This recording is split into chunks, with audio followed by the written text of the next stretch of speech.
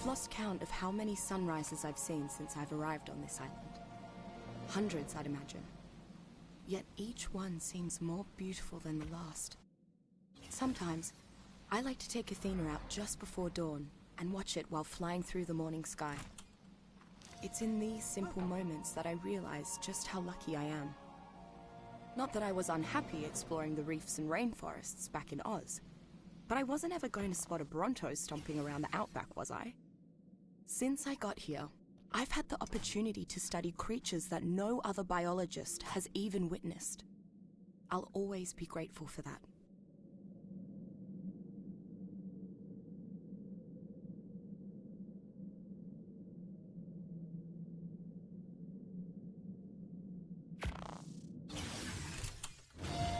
Well, I've combed through more carnival droppings than I care to calculate, and I can't say they provided many answers. All the predators in this region have very similar diets. With so many different predators hunting the same prey, the populations of all these species shouldn't be sustainable. Yet I've found nothing to indicate that any population shift is actually happening. Helena, you're just bizarre. The longer I'm here, I've realized that there are more predators than prey across this entire island. Its climate is out of sync with the rest of the island of how many of the creatures is supposed to work. Millions of years ahead of the dinosaurs. It took a Tyrannosaurus frolicking through the snow for me to see this. It's plain as day. I need to review my notes. What to make of it? Add in the human factor. Is this island's wildlife being monitored and curated somehow? I should speak with Rockwell. I never thought this island was normal. Maybe he's come to a similar conclusion. I mean, there are giant obelisks floating in the sky for Pete's sake. Not to mention that cave I found, which hid a platform similar to those found at the base of said obelisks. Well, similar, except for those oddly shaped holes that were carved into its podium. I guess I just didn't care about all that. So long as I had my beautiful, unique, and untainted ecosystem to study, I was happy. But now... No, I shouldn't write it off just yet. Not before I arrive at Rockwell's. There's still a chance that my data is off. I really need to visit Rockwell. That I missed something obvious. It's so energizing to be around someone of his experience that still has so much excitement for his work.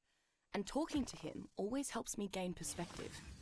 As for the island's ecological abnormalities, Rockwell reassured me that I was jumping to conclusions.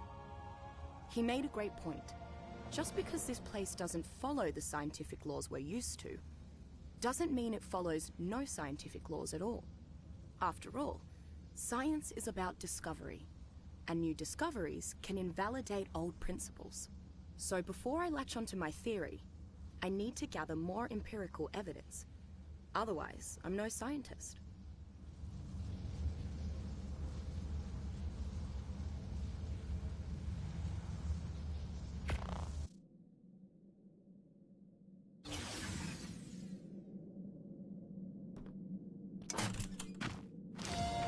What a day.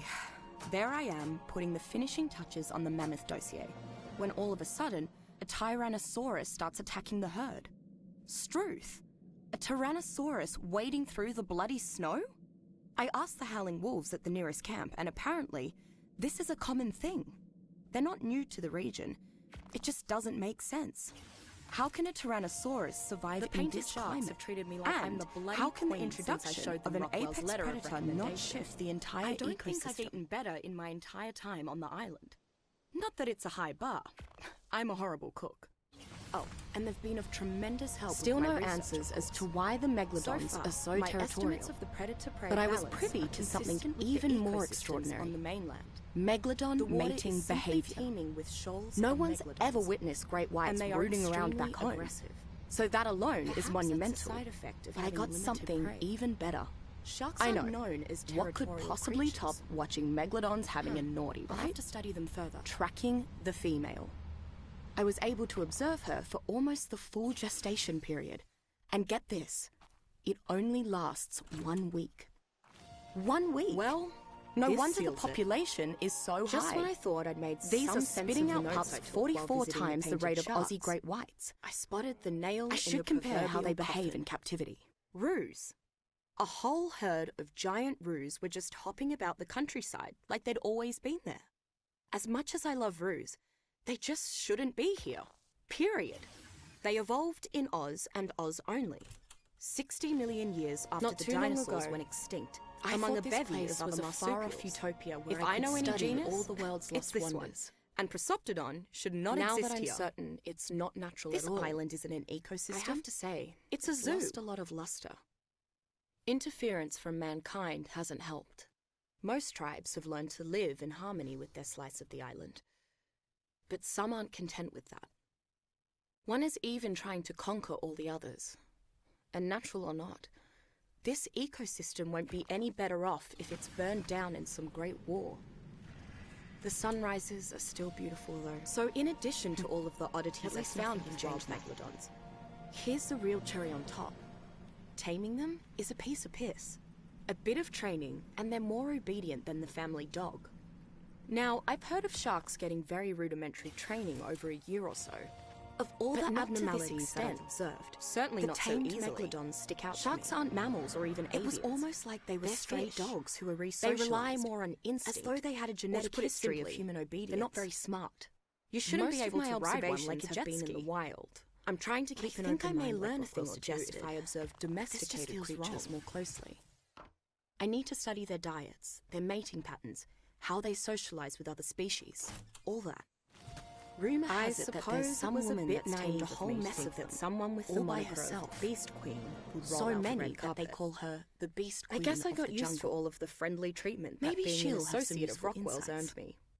Well, she did let me stay at least. And she hasn't instructed her dinosaurs to kill me yet, so that's a positive. Not that she'd really need the dinosaurs. If that glare of hers gets any more intense, I'll probably just burst into flames on the spot. Struth, I hope she eases up. There's nothing special about the diet of someone watching is harder compared to their wild counterparts. Part of that is the Beast Queen's doing, as she takes them on regular hunting excursions for training purposes. Curiously, they never have to range too far. There is an abundance of prey nearby, despite the size of her pack. The most interesting thing that this is held true, regardless of her domesticated creatures' remarkable birth and growth rates, makes it even among more creatures that have been domesticated for generations, like cats or dogs. That's normal. Li Mei Yin. But there's a reason zoos keep their animals in separate enclosures. Glary too. Certain instincts are hard to curb. And there should definitely be more disputes among such a diverse group. Gave her the wrong impression. Mei Yin has even integrated a herd of herbivores into her army, as their thick hides have proven resistant to fire and explosives. Yet despite being surrounded by carnivores, they remain untouched. It doesn't make sense. That's not to take anything away from Mei Yin. She works hard to treat and train her animals well. She's not bad company either. Is the smoking gun. At least when she's not nude, and I simply can't be convinced that this place is natural. Sometimes it felt like speaking a new finding an island populated entirely by carnivores. Even if they fed off each other, which is awfully dubious given that carnivore meat is much more likely to carry harmful parasites than herbivore meat. The landmass is so small and their population is so dense that they could never maintain it. Yet there it is, hidden away off the northeast coast of the island. Someone would have to put them there on purpose. There's no way that Rockwell can deny my theory now.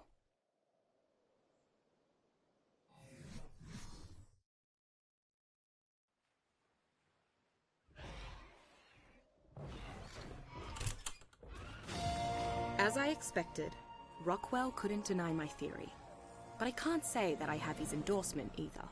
He didn't seem terribly engrossed in the subject, frankly. Something else seems to have captured his attention as of late. The island's obelisks. Apparently, Rockwell stumbled upon a way to interact with the towering monuments while spelunking. Of all things. I guess he felt the need to scratch that old intrepid explorer itch of his. It's pretty impressive considering his age. Now that I think about it, the obelisk could be linked to my own findings. Their nature has always been a mystery, and Rockwell made some intriguing observations. I should follow up. Though I've been received by the Iron Brotherhood, they didn't seem very pleased to see me, especially when I mentioned Rockwell. That's a first. Add to that the rather deserted, gloomy state of their compound, and I'm starting to feel a bit apprehensive. their leader can't return from his hunting expedition soon enough. All I've confirmed so far is that, yes, they gathered all of the artifacts Rockwell sought. I keep glancing and at the artifact. The artifacts were able I understand to activate why one the of Iron obelisks. Brotherhood's leader didn't You'd want it. think they'd be celebrating Since it such a has no monumental apparent discovery. use. But All it's it just does is killjoys remind as him far of as the the eye can tribesmen see. who died seizing it from Go that figure. giant spider. Can it really be useless, though? They described the artifacts that activated the obelisks as looking similar to it, so I headed to the nearest obelisk to see if I could get a response. No luck. Maybe it activates something else. Of course. The platform in the cave. It's a long shot, but it's the only thing I can think of that's similar to the obelisks. Definitely worth a try.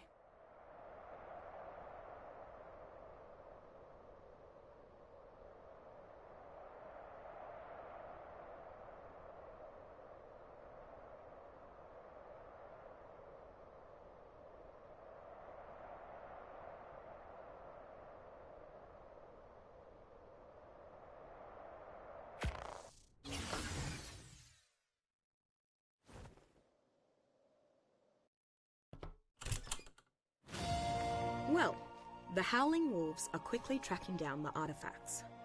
But after hearing about what happened to the Iron Brotherhood, that's as far as they'll go. It's understandable, but it leaves me in a tight spot. If a giant spider and I get in a scrap, the spider's winning for sure. Even with Athena on my side, I prefer to avoid danger, not confront it. My aim's piss poor, and I've got fists like marshmallows.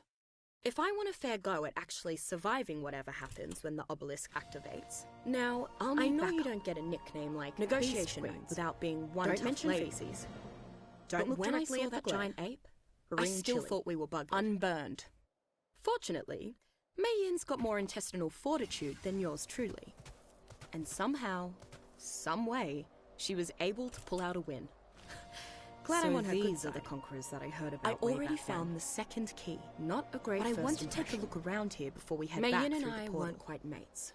This ape But either lived watching here her creatures get or was slaughtered like released that when we activated the certainly obelisk. wasn't pleasant. Finding out how I'm it not a fan of survived the in this prisoner isolated lifestyle environment, either. or how it The got leader here, introduced could prove himself useful. as Gaius Marcellus Nerva, and he's not a complete buffhead, I'll give him that.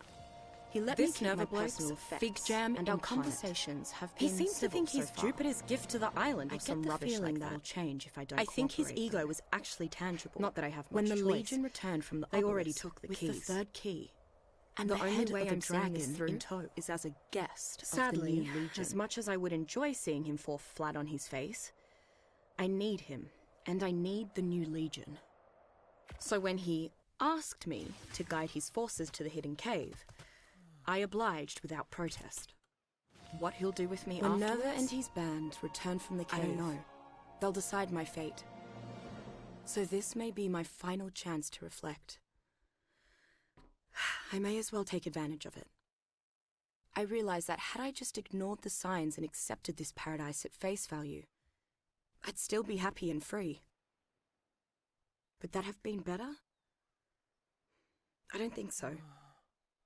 After a lot of thought, I've decided that I'd rather die seeking the truth than living in an illusion. That, as Rockwell would say, is the path of a true scientist. Not that I'm Galileo battling the church or anything, but hey, it's something to hold on to.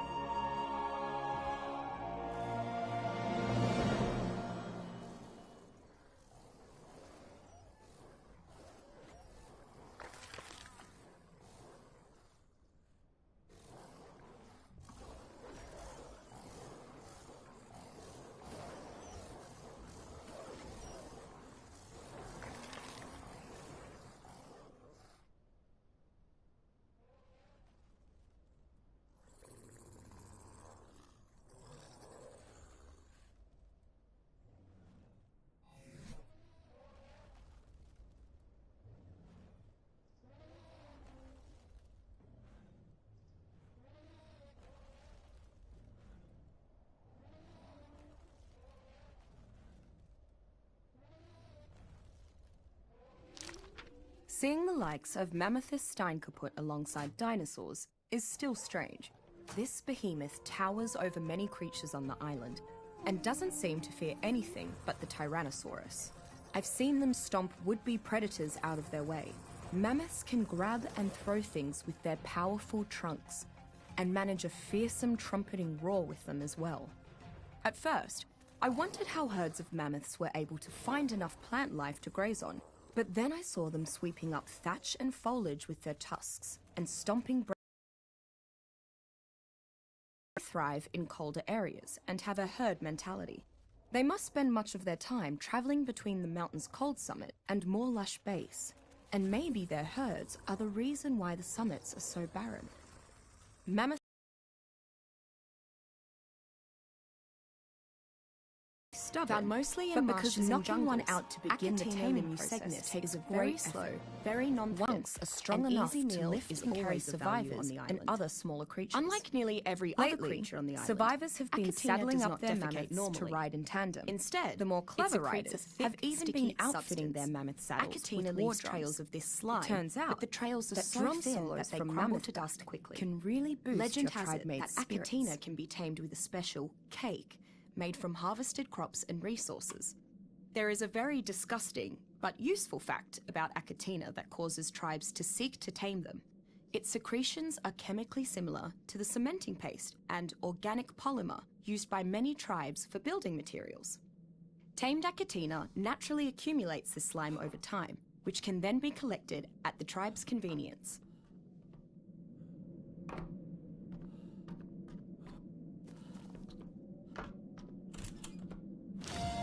Smaller but faster than Tyrannosaurus, larger but slower than Carnotaurus. Allosaurus therotribus is the island's resident pack-hunting theropod. While most aggressive theropods are relatively solitary creatures, Allosaurus lives in groups of 3. One Allosaurus is the alpha, while the others are its mates, or a beta male. Like humans find value in forming a tribe, the Allosaurus has evolved to hunt in packs. Its saw-shaped teeth leave its prey bleeding and maimed, making usually found in the deepest parts of the water around the island. A creature with its cunning multi-amicus, the rest of its pack quickly closes in for the kill. Not everyone thinks a tamed Allosaurus is ideal. Every nearby sea creature who appreciate speed generally tamed Carnotaurus. What this distinct symbiosis is based on, tamed Tyrannosaurus. I have not yet discovered.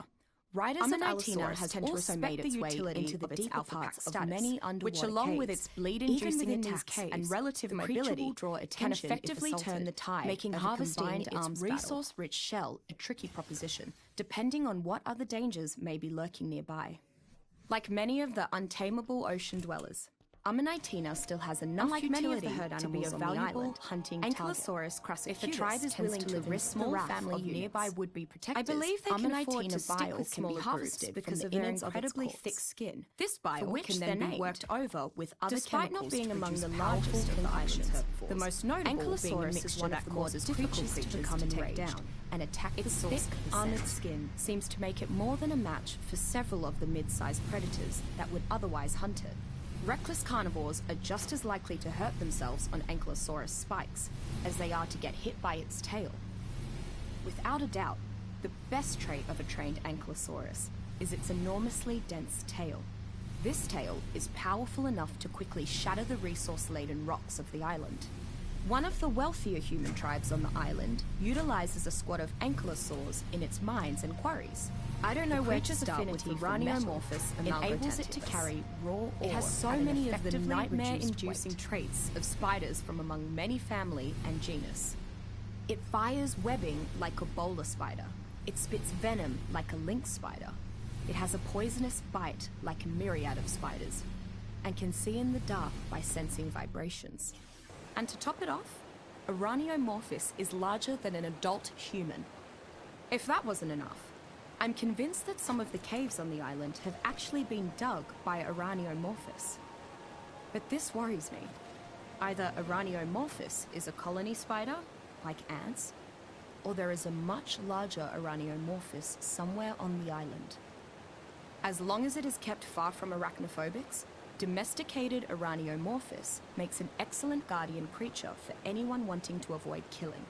Their strange web-spraying behaviour is also quite helpful while hunting fast, fleeing prey. They are too small to be used as mounts, however.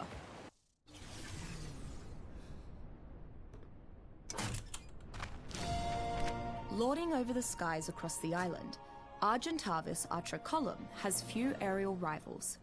It is a small consolation for the island's other avian creatures, then, that Argentavis seems to have little interest in anything alive. Argentavis is actually slower than the island's far more common pteranodon. The fact that this creature possesses significantly is enough to give me nightmares and can sustain flight like the island's for approximately 3 times as long. Arthroplura, its weighty stature has become much larger to the pteranodon, allows it to utilize its talons very to support the weight of an additional passenger. To eat meat after considering its saddle doubles as a mobile voraciously seek out such like the Argentavis, Baryonyx creature for very low pH is a large cargo to the point that it can dissolve large enough. Quite apart from what I would this acidic blood splashes back not as powerful that directly exceeds typical of modern durability of weapons. I don't know if it adapts to this many creatures deal with the still sufficiently nimble enough, or if its lineage derives from before the stoop next and yet despite being a fast, dangerous dinosaur, keeps whichever Baryonyx almost enabled Argentavis to carry like most of the after-dwellers on the island. The highly specific metabolism of Baryonyx and relatively easy seems to allow it to heal wounds. It is an almost entirely military mount after feeding on nutritious fish meat. Perhaps thanks this is why Baryonyx rarely attacks land animals or warring. Baryonyx's natural affinity is generally safe from all but the means that once tamed, it learns to kill ocean dwellers even more efficiently. Between its speed and its power, Baryonyx makes an ideal choice for anyone interested in frequently moving.